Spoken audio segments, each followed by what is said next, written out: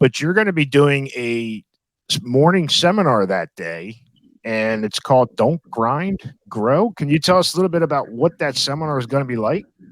Yeah. So um, the way I look at it was, I ran a dealership, a small dealership. Was a general manager of a Ford dealership, and grind was just something that I thought I had to do, right.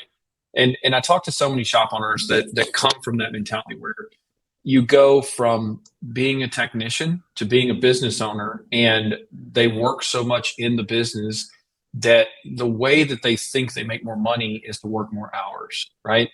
And for me, what I want to give everybody the perspective is not from my own perspective, but I did have success with this, but from the perspective of other shop owners where they say, I'm able to step away from the business. Brett, you're not in your shop right now, but I know that you know exactly what's going on with every single repair order from your cell phone or any device you want to look at right now. If you really want to check on your business and somebody needs your help, hey boss, could you help me close this customer, help them understand what we're trying to present to them? You could do it.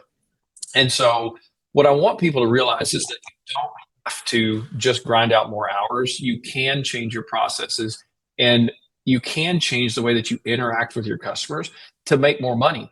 And not only make more money, but have happier customers simultaneously. And I don't know a lot of tactics that shop owners can employ tomorrow that say, you're going to make more money, your customers are going to be happier, and they're going to brag about you, and you're going to get retention and marketing without spending a dime on marketing dollars, where you could reallocate those funds towards growth rather than retention. And so that's what I want to talk about, is just what does the average consumer want today, and how do you help them provide it?